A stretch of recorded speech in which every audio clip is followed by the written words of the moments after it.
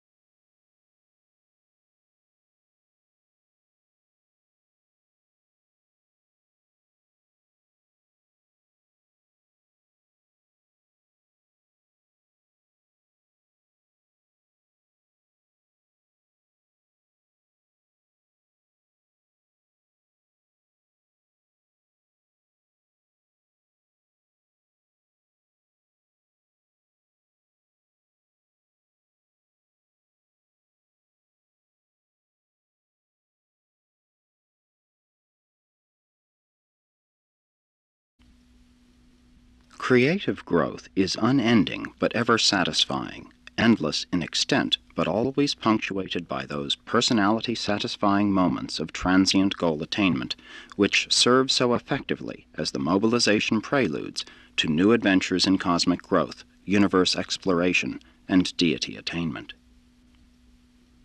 While the domain of mathematics is beset with qualitative limitations, it does provide the finite mind with a conceptual basis of contemplating infinity.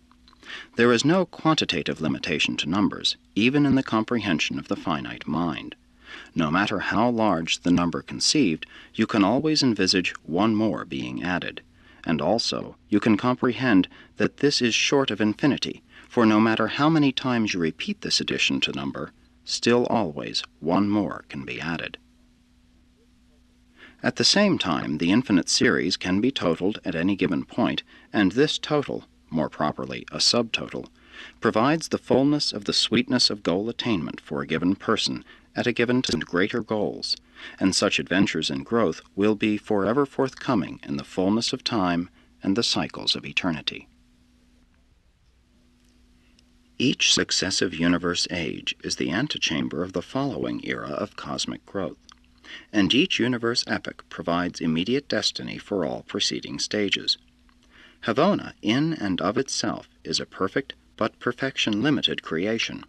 Havona perfection, expanding out into the evolutionary superuniverses, finds not only cosmic destiny, but also liberation from the limitations of pre-evolutionary existence.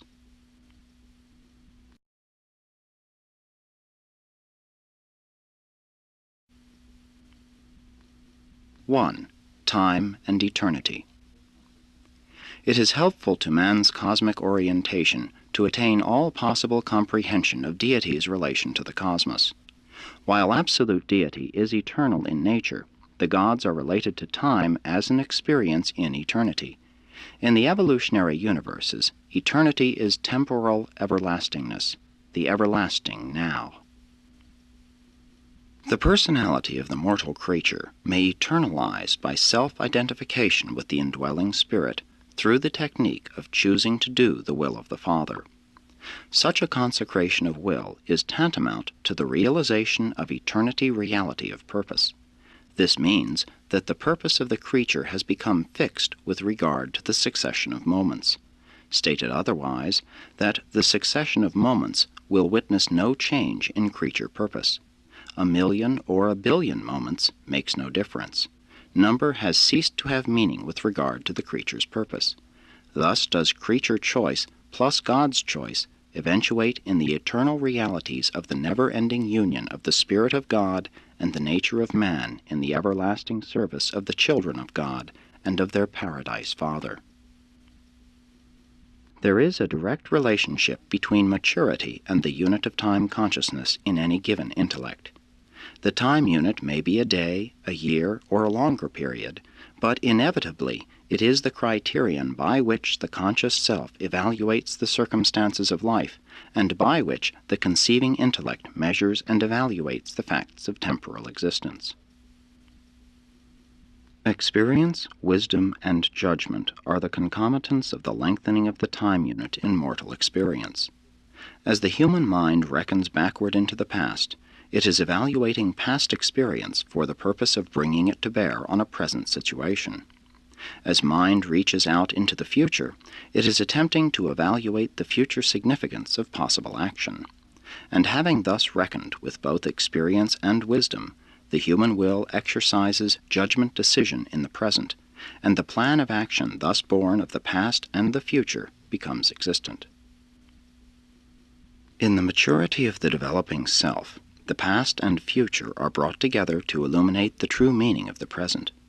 As the self matures, it reaches further and further back into the past for experience, while its wisdom forecasts seek to penetrate deeper and deeper into the unknown future. And as the conceiving self extends this reach ever further into both past and future, so does judgment become less and less dependent on the momentary present. In this way does decision-action begin to escape from the fetters of the moving present, while it begins to take on the aspects of past-future significance. Patience is exercised by those mortals whose time units are short.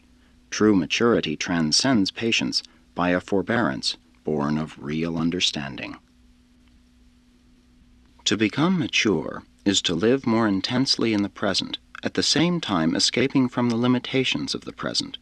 The plans of maturity, founded on past experience, are coming into being in the present in such manner as to enhance the values of the future. The time unit of immaturity concentrates meaning value into the present moment in such a way as to divorce the present of its true relationship to the not present, the past future.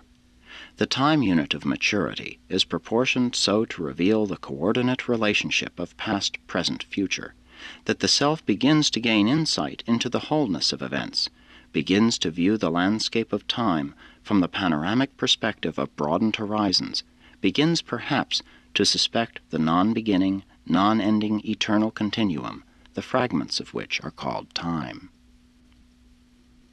On the levels of the infinite and the absolute, the moment of the present contains all of the past as well as all of the future. I am signifies also I was and I will be. And this represents our best concept of eternity and the eternal. On the absolute and eternal level, potential reality is just as meaningful as actual reality. Only on the finite level and to time-bound creatures does there appear to be such a vast difference. To God, as absolute, an ascending mortal who has made the eternal decision is already a paradise finaliter.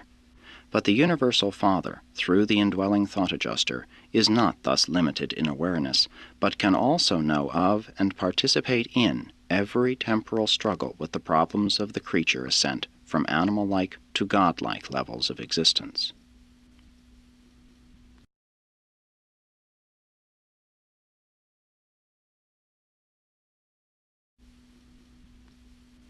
Two, omnipresence and ubiquity.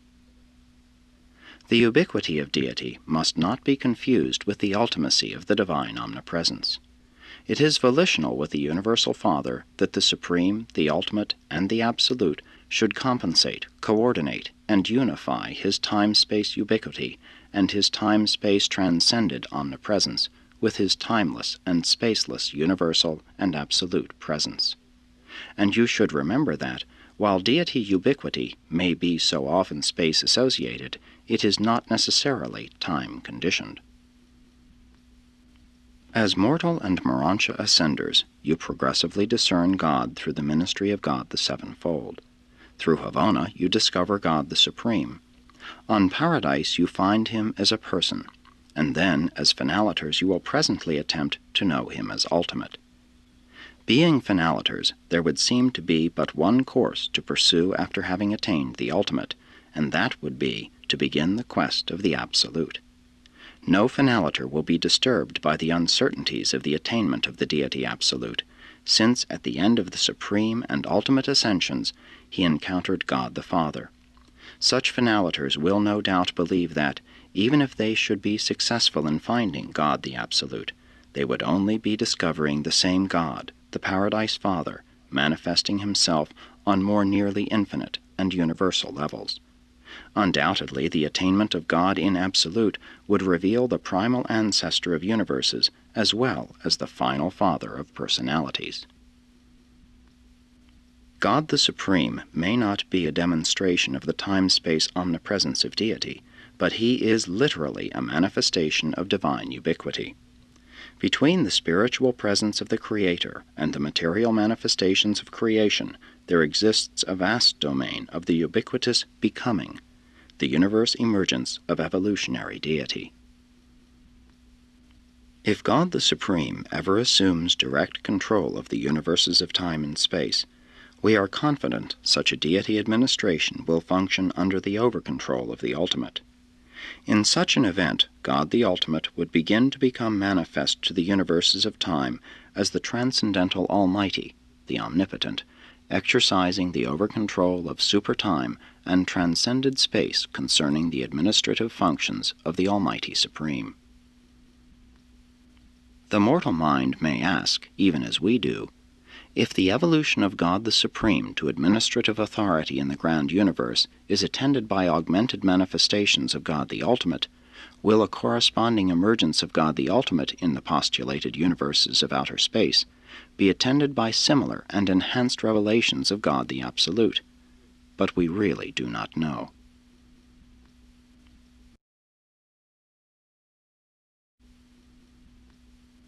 Three, time-space relationships.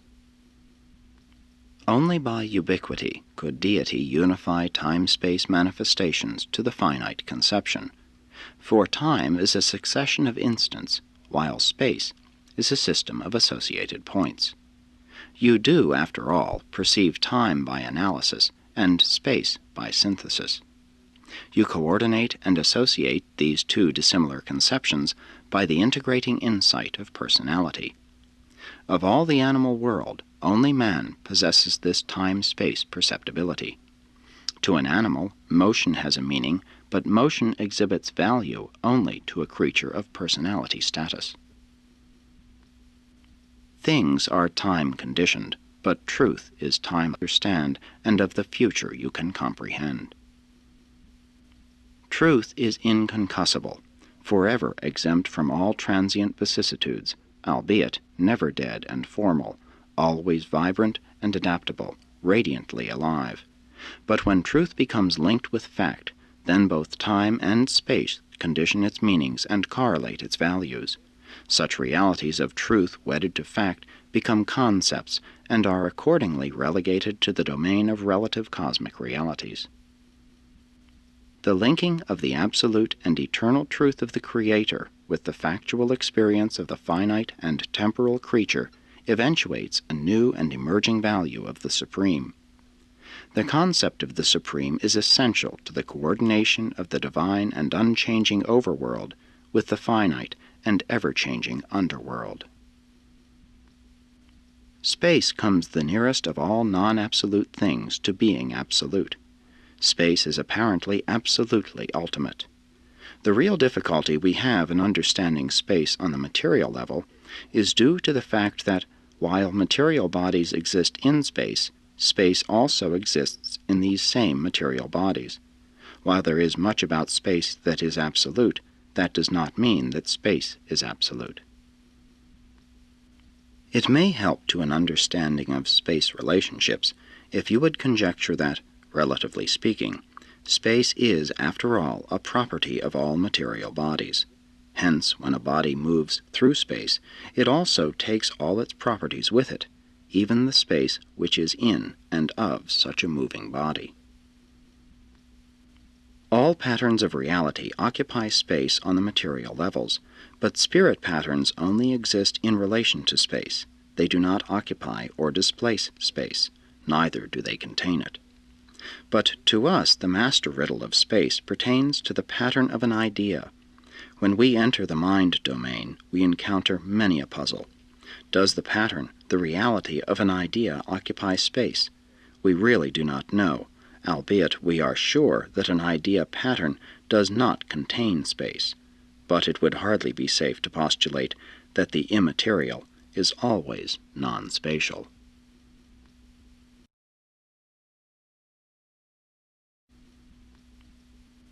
(4) Primary and secondary causation. Many of the theologic difficulties and the metaphysical dilemmas of mortal man are due to man's mislocation of deity personality and consequent assignment of infinite and absolute attributes to subordinate divinity and to evolutionary deity. You must not forget that, while there is indeed a true first cause, there are also a host of coordinate and subordinate causes, both associate and secondary causes. The vital distinction between first causes and second causes is that first causes produce original effects which are free from inheritance of any factor derived from any antecedent causation. Secondary causes yield effects which invariably exhibit inheritance from other and preceding causation. The purely static potentials inherent in the unqualified absolute are reactive to those causations of the deity absolute which are produced by the actions of the Paradise Trinity. In the presence of the universal absolute, these causative impregnated static potentials forthwith become active and responsive to the influence of certain transcendental agencies whose actions result in the transmutation of these activated potentials to the status of true universe possibilities for development, actualized capacities for growth.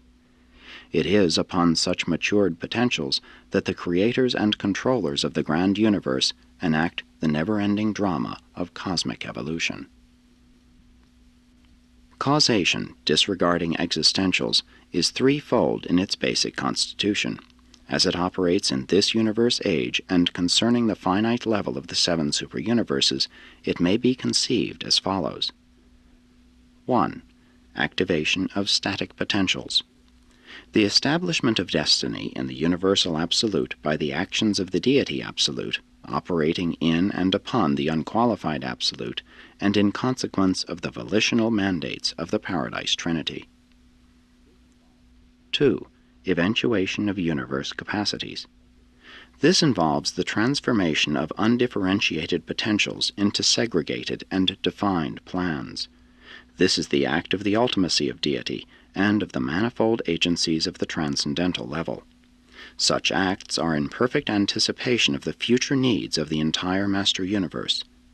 It is in connection with the segregation of potentials that the architects of the Master Universe exist as the veritable embodiments of the deity concept of the universes.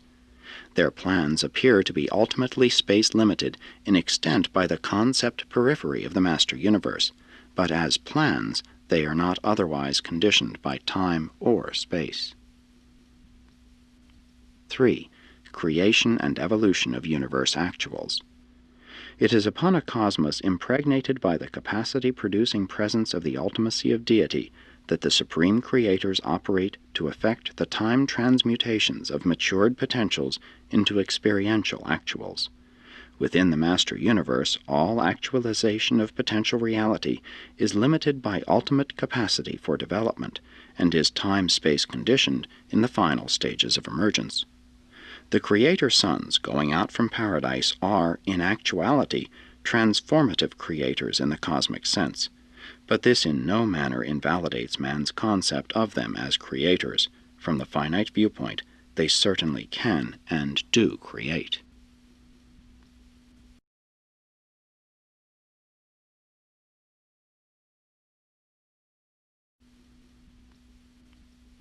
(5) Omnipotence and compossibility.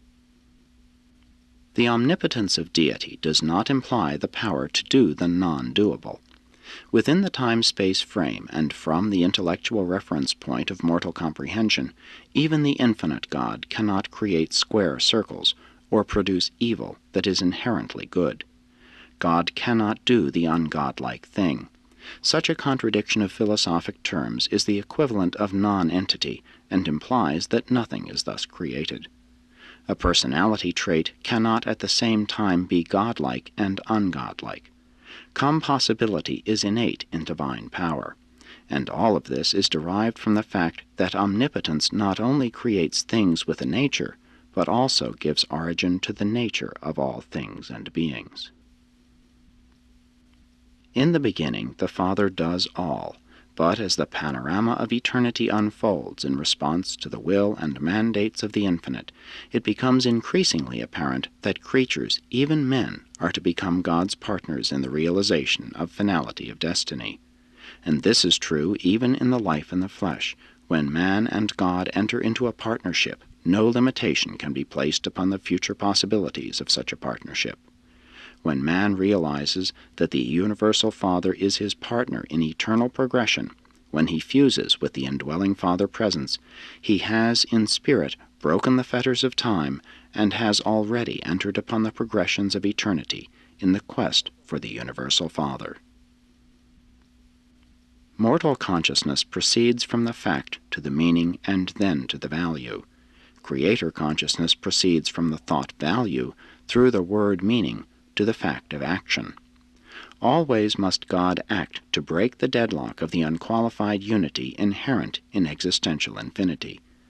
Always must deity provide the pattern universe, the perfect personalities, the original truth, beauty, and goodness for which all sub-deity creations strive.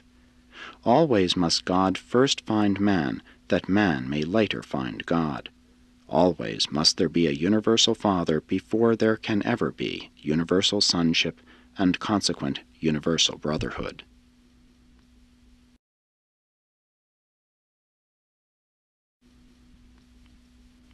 (6) Omnipotence and omnificence. God is truly omnipotent, but he is not omnificent. He does not personally do all that is done. Omnipotence embraces the power potential of the Almighty Supreme and the Supreme Being, but the volitional acts of God the Supreme are not the personal doings of God the Infinite. To advocate the omnificence of primal deity would be equal to disenfranchising well-nigh 1,000,000 creator sons of paradise, not to mention the innumerable hosts of various other orders of concurring creative assistants. There is but one uncaused cause in the whole universe. All other causes are derivatives of this one first great source and center. And none of this philosophy does any violence to the free willness of the myriads of the children of deity scattered through a vast universe. Within a local frame, volition may appear to function in relationship with the unique, original, and absolute first causes. All volition is relative. In the originating sense, only the Father I Am possesses finality of volition. In the absolute sense, Only the Father, the Son, and the Spirit exhibit the prerogatives of volition unconditioned by time and unlimited by space. Mortal man is endowed with free will, the power of choice, and though such choosing is not absolute, nevertheless, it is relatively final on the finite level and concerning the destiny of the choosing personality. Volition on any level short of the absolute encounters limitations which are constitutive in the very personality exercising the power of choice. Man cannot choose beyond the range of that which is choosable. He cannot, for instance, choose to be other than a human being, except that he can elect to become more than a man. He can choose to embark upon the voyage of universe ascension, but this is because the human choice and the divine will happen to be coincident upon this point, and what a son desires and the Father wills will certainly come to pass. In the mortal life, paths of differential conduct are continually opening and closing, and during the times when choice is possible, the human personality is constantly deciding between these many courses of action. Temporal volition is linked to time, and it must await the passing of time to find opportunity for expression. Spiritual volition has begun to taste liberation from the fetters of time, having achieved partial escape from time's sequence, and that is because spiritual volition is self-identifying with the will of God. Volition, the act of choosing, must function within the universe frame which has actualized in response to higher and prior choosing. The entire range of human will is strictly finite limited except in one particular. When man chooses to find God and to be like him, such a choice is superfinite. Only eternity can disclose whether this choice is also superabsonite. To recognize deity omnipotence is to enjoy security in your experience of cosmic citizenship, to possess assurance of safety in the long journey to paradise. But to accept the fallacy of omniscience is to embrace the colossal error of pantheism.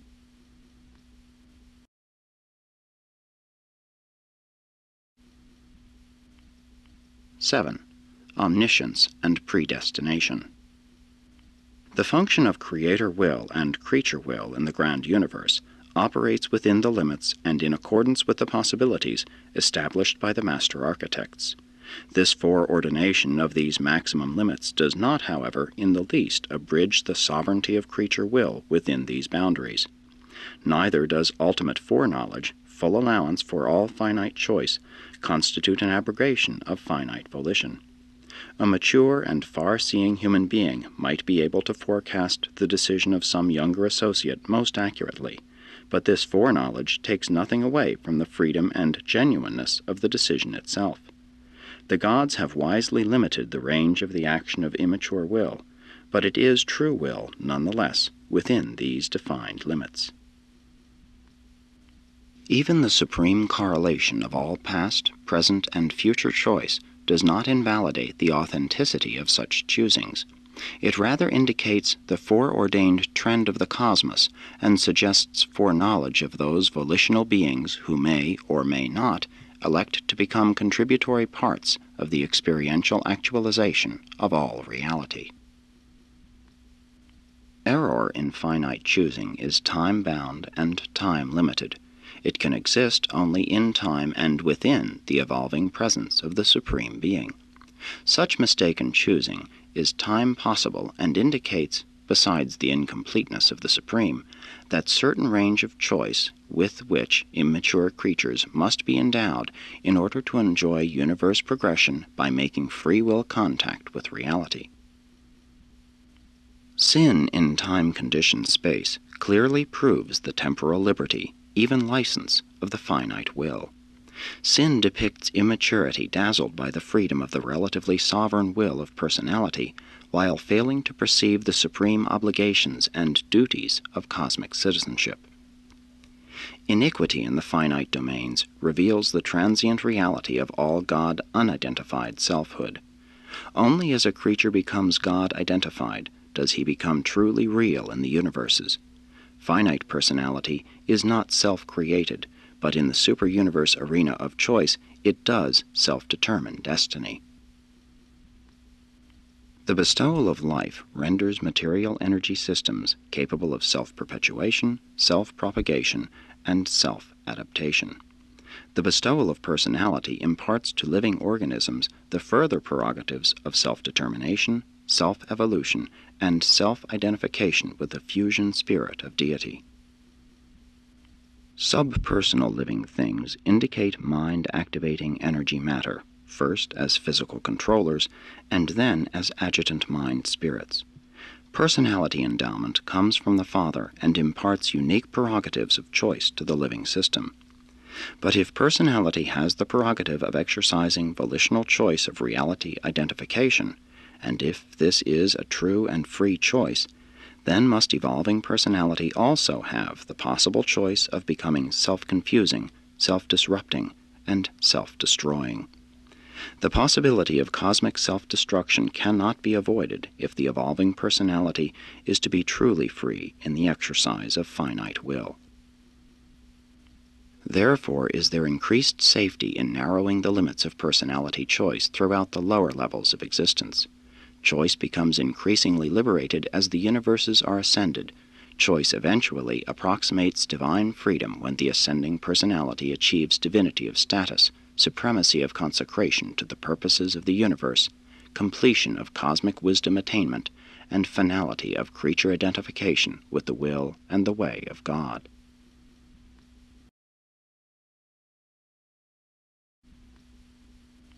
(8) Control and over-control. In the time-space creations, free will is hedged about with restraints, with limitations. Material life evolution is first mechanical, then mind-activated, and, after the bestowal of personality, it may become spirit-directed.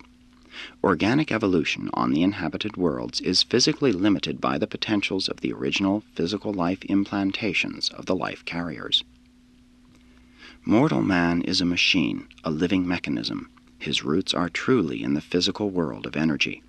Many human reactions are mechanical in nature. Much of life is machine-like. But man, a mechanism, is much more than a machine. He is mind-endowed and spirit-indwelt. And though he can never throughout his material life escape the chemical and electrical mechanics of his existence, he can increasingly learn how to subordinate this physical life machine to the directive wisdom of experience by the process of consecrating the human mind to the execution of the spiritual urges of the indwelling thought adjuster. The spirit liberates, and the mechanism limits the function of will. Imperfect choice, uncontrolled by mechanism, unidentified with spirit, is dangerous and unstable. Mechanical dominance ensures stability at the expense of progress.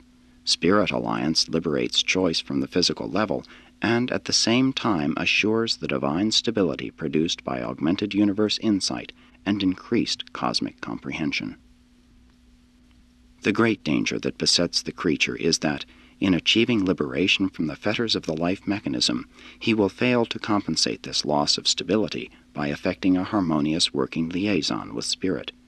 Creature choice, when relatively liberated from mechanical stability, may attempt further self-liberation independent of greater spirit identification. The whole principle of biologic evolution makes it impossible for primitive man to appear on the inhabited worlds with any large endowment of self-restraint. Therefore does the same creative design which purposed evolution likewise provide those external restraints of time and space, hunger and fear, which effectively circumscribe the sub-spiritual choice range of such uncultured creatures.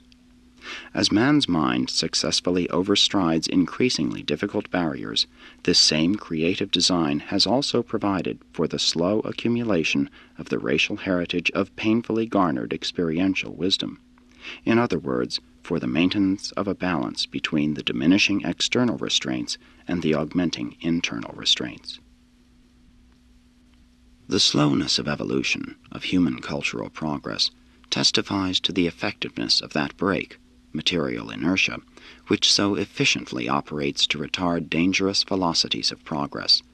Thus does time itself cushion and distribute the otherwise lethal results of premature over fast, when material achievement outruns the evolution of worship wisdom, then does civilization contain within itself the seeds of retrogression, and unless buttressed by the swift augmentation of experiential wisdom, such human societies will recede from high but premature levels of attainment, and the dark ages of the interregnum of wisdom will bear witness to the inexorable restoration of the imbalance between self-liberty and self-control. The iniquity of Caligastia was the bypassing of the time governor of progressive human liberation, the gratuitous destruction of restraining barriers, barriers which the mortal minds of those times had not experientially overridden. That mind which can effect a partial abridgment of time and space by this very act proves itself possessed of the seeds of wisdom which can effectively serve in lieu of the transcended barrier of restraint. Lucifer similarly sought to disrupt the time governor operating in restraint of the premature attainment of certain liberties in the local system. A local system settled in light and life has experientially achieved those viewpoints and insights which make feasible the operation of many techniques that would be disruptive and destructive in the pre-settled eras of that very realm. As man shakes off the shackles of fear, as he bridges continents and oceans with his machines, generations and centuries with his records, he must substitute for each transcended restraint a new and voluntarily assumed restraint in accordance with the moral dictates of expanding human wisdom. These self-imposed restraints are at once the most powerful and the most tenuous of all the factors of human civilization, concepts of justice and ideals of brotherhood. Man even qualifies himself for the restraining garments of mercy when he dares to love his fellow men, while he achieves the beginnings of spiritual brotherhood when he elects to mete out to them that treatment which he himself would be accorded, even that treatment which he conceives that God would accord them. An automatic universe reaction is stable and, in some form, continuing in the cosmos. A personality who knows God and desires to do His will, who has spirit insight, is divinely stable and eternally existent. Man's great universe adventure consists in the transit of his mortal mind from the stability of mechanical statics to the divinity of spiritual dynamics, and he achieves this transformation by the force and constancy of his own personality decisions in each of life's situations, declaring, "It is my will that your will be done."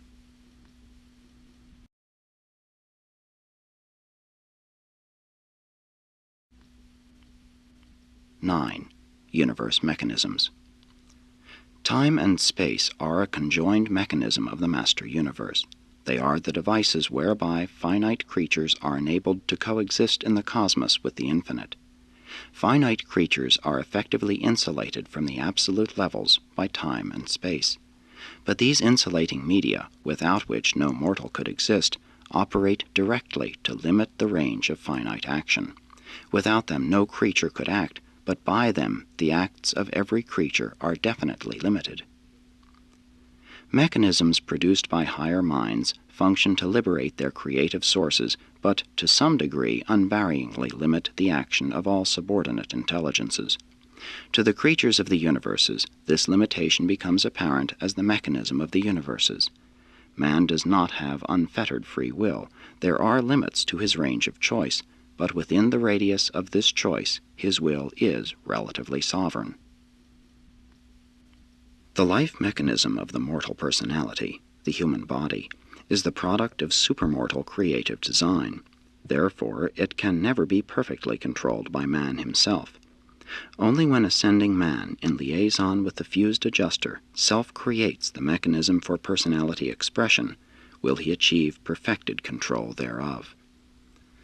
The grand universe is mechanism as well as organism, mechanical and living, a living mechanism activated by a supreme mind, coordinating with a supreme spirit, and finding expression on maximum levels of power and personality unification as the supreme being.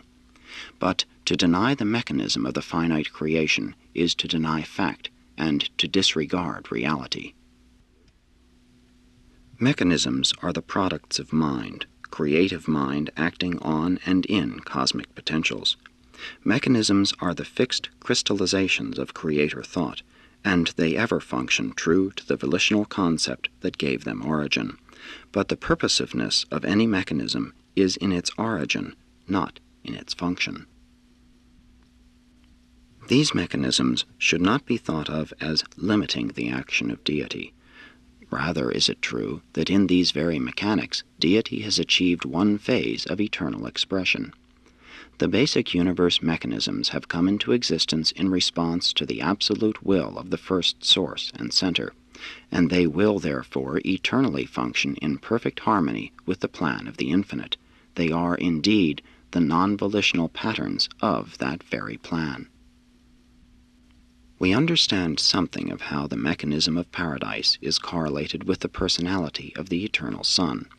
This is the function of the conjoint actor. And we have theories regarding the operations of the universal absolute with respect to the theoretical mechanisms of the unqualified and the potential person of the deity absolute.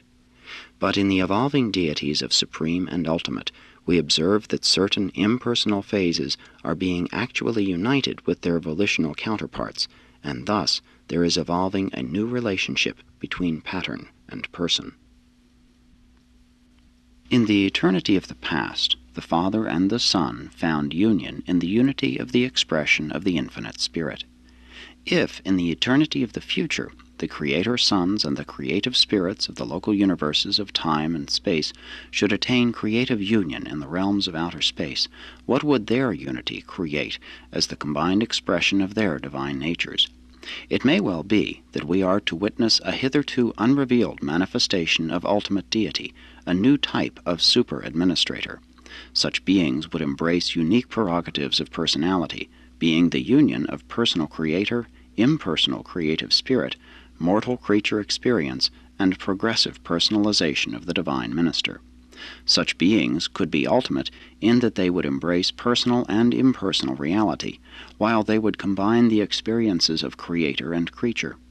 Whatever the attributes of such third persons of these postulated functioning trinities of the creations of outer space, they will sustain something of the same relation to their creator fathers and their creative mothers that the infinite Spirit does to the universal Father and the eternal Son.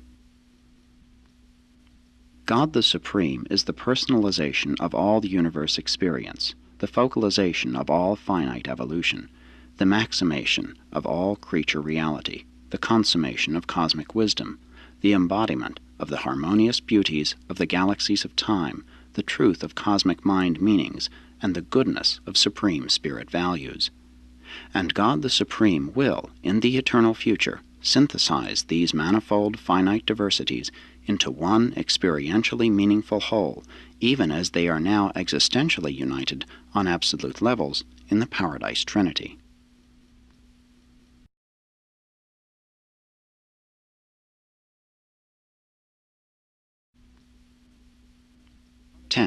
Functions of Providence. Providence does not mean that God has decided all things for us and in advance. God loves us too much to do that, for that would be nothing short of cosmic tyranny. Man does have relative powers of choice. Neither is the divine love that short-sighted affection which would pamper and spoil the children of men. The Father, Son, and Spirit, as the Trinity, are not the Almighty Supreme, but the supremacy of the Almighty can never be manifest without them. The growth of the Almighty is centered on the absolutes of actuality and predicated on the absolutes of potentiality, but the functions of the Almighty Supreme are related to the functions of the Paradise Trinity. It would appear that, in the Supreme Being, all phases of universe activity are being partially reunited by the personality of this experiential deity. When, therefore, we desire to view the Trinity as one God, and if we limit this concept to the present known and organized grand universe, we discovered that the evolving Supreme Being is the partial portraiture of the Paradise Trinity. And we further find that this Supreme Deity is evolving as the personality synthesis of finite matter, mind, and spirit in the grand universe. The gods have attributes, but the Trinity has functions, and, like the Trinity, providence is a function, the composite of the other-than-personal over-control of the universe of universes, extending from the evolutionary levels of the sevenfold. God loves each creature as a child, and that love overshadows each creature throughout all time and eternity. Providence functions with regard to the total, and deals with the function of any creature as such function is related to the total. Providential intervention with regard to any being is indicative of the importance of the function of that being as concerns the evolutionary growth of some total. Such total may be the total race, the total nation, the total planet, or even a higher total. It is the importance of the function of the creature that occasions providential intervention, not the importance of the creature as a person. Nevertheless, the Father as a person may at any time interpose a fatherly hand in the stream of cosmic events, all in accordance with the will of God, and in consonance with the wisdom of God, and as motivated by the love of God. But what man calls providence is all too often the product of his own imagination, the fortuitous juxtaposition of the circumstances of chance. There is, however, a real and emerging providence in the finite realm of universe existence, a true and actualizing correlation of the energies of space, the motions of time, the thoughts of intellect, the ideals of character, the desires of spiritual natures, and the purposive volitional acts of evolving personalities. The circumstances of the material realms find final finite integration in the interlocking presences of the Supreme and the Ultimate. As the mechanisms of the grand universe are perfected to a point of final precision through the over-control of mind, and as creature mind ascends to the perfection of divinity attainment through perfected integration with spirit, and as the Supreme consequently emerges as an actual unifier of all these universe phenomena, so does providence become increasingly discernible. Some of the amazingly fortuitous conditions occasionally prevailing on the evolutionary worlds may be due to the gradually emerging presence of the Supreme, the foretasting of his future universe activities. Most of what a mortal would call providential is not. His judgment of such matters is very handicapped by lack of far-sighted vision into the true meanings of the circumstances of life. Much of what a mortal would call good luck might really be bad luck. The smile of fortune that bestows unearned leisure and undeserved wealth may be the greatest of human afflictions. The apparent cruelty of a perverse fate that heaps tribulation upon some suffering mortal may in reality be the tempering fire that is transmuting the soft iron of immature personality into the tempered steel of real character. There is a providence in the evolving universes, and it can be discovered by creatures to just the extent that they have attained capacity to perceive the purpose of the evolving universes. Complete capacity to discern universe purposes equals the evolutionary completion of the creature, and may otherwise be expressed as the attainment of the Supreme within the limits of the present state of the incomplete universes. The love of the Father operates directly in the heart of the individual, independent of the actions or reactions of all other individuals. The relationship is personal, man and God. The impersonal presence of Deity, Almighty Supreme and Paradise Trinity, manifests regard for the whole, not the part. The providence of the over-control of supremacy becomes increasingly apparent as the successive parts of the universe progress in the attainment of finite destinies. As the systems, constellations, universes, and super-universes become settled in light and life, the Supreme increasingly emerges as the meaningful correlator of all that is transpiring, while the Ultimate gradually emerges as the transcendental unifier of all things. In the beginnings on an evolutionary world, the natural occurrences of the material order and the personal desires of human beings often appear to be antagonistic. Much that takes place on an evolving world is rather hard for mortal man to understand. Natural law is so often apparently cruel, heartless, and indifferent to all that is true, beautiful, and good in human comprehension. But as humanity progresses in planetary development, we observe that this viewpoint is modified by the following factors. 1. Man's augmenting vision. His increased understanding of the world in which he lives. his enlarging capacity for the comprehension of the material facts of time, the meaningful ideas of thought, and the valuable ideals of spiritual insight.